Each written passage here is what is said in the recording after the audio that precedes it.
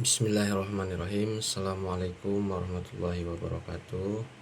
Nama saya Wilpin Yuwanta dari Prodi Ahwal Saksiyah dengan nomor induk mahasiswa 24421003. Di sini saya akan menjelaskan beberapa slide berikut ini.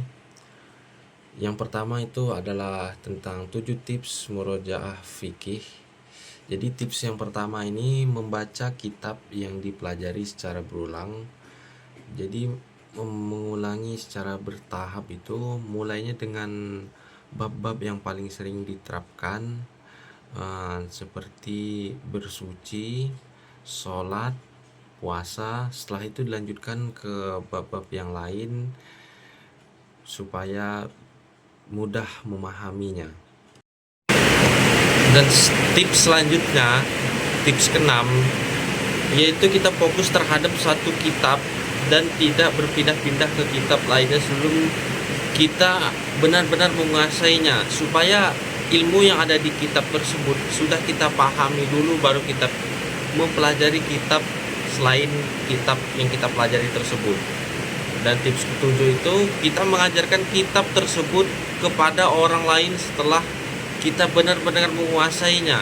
Karena manfaat kita, selain kita mendapat pahala mengajarkan orang lain, kita juga selalu murojaahnya tentu sebelum kita memberitahu ke orang lain, supaya orang lain tersebut tidak tersesat dengan ilmu yang kita beritahu ke mereka. Dan tidak lupa pula kita berdoa kepada Allah Subhanahu wa Ta'ala supaya ilmunya berkah.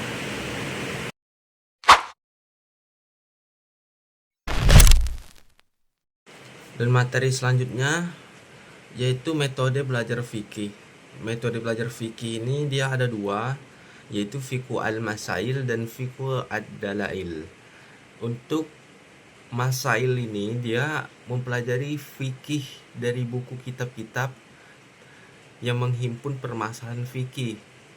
Kalau dalail ini dia mempelajari fikih dari kitab-kitab yang menghimpun dalil fikih. Jadi yang satunya itu menghimpun dalil, kalau al-masailnya ini dari menghimpun permasalahan fikih. Contohnya itu seperti kalau al-masail ini seperti matan Abi Syuja Syafi'i, terus Zadul Mustaqni Hambali, Mustaqsor Al-Qalil Maliki. Dan untuk dalailnya ini contohnya itu seperti Umdatul Ahkam, Bulughul Maram, Al-Ijma' Ibnul Munsir. Dan tahapan dalam kedua metode ini dia berbanding kebalik. Kalau masail ini dia metodenya memahami hukum fikih terlebih dahulu, baru dia mengetahui dalil. Setelah itu yang terakhir itu memahami cara istinbatsnya.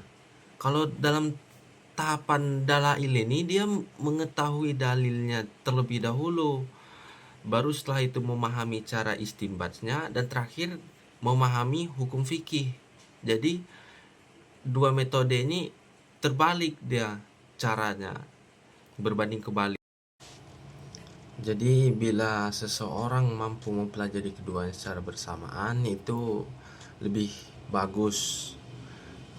Juga dia lebih diutamakannya itu yang penulisannya itu satu mazhab, seperti matan Abu Suja dan Fathul Alam karya Zakaria Al-Ansari. Tapi apabila tidak mampu, maka yang lebih dahulukan itu dengan metode fikih masail, karena metode ini yang paling memudahkan pembelajaran sampai pada tujuan pembelajaran fikih, yakni mengetahui hukum Allah pada suatu masalah. Kesimpulannya, metode fikih masal ini lebih praktis dan menjawab kebutuhan masyarakat modern. Dan kita juga tidak hanya belajar teori kalau kita menggunakan metode fikih masail ini. Kita juga itu belajar bagaimana menerapkannya dalam kehidupan nyata sehingga terasa lebih bermanfaat dan bermakna gitu. Sekian penjelasan dari saya. Lebih dan kurangnya saya mohon maaf, kepada Allah saya mohon ampun. Wabillahi taufiq wal hidayah. Wassalamualaikum warahmatullahi wabarakatuh.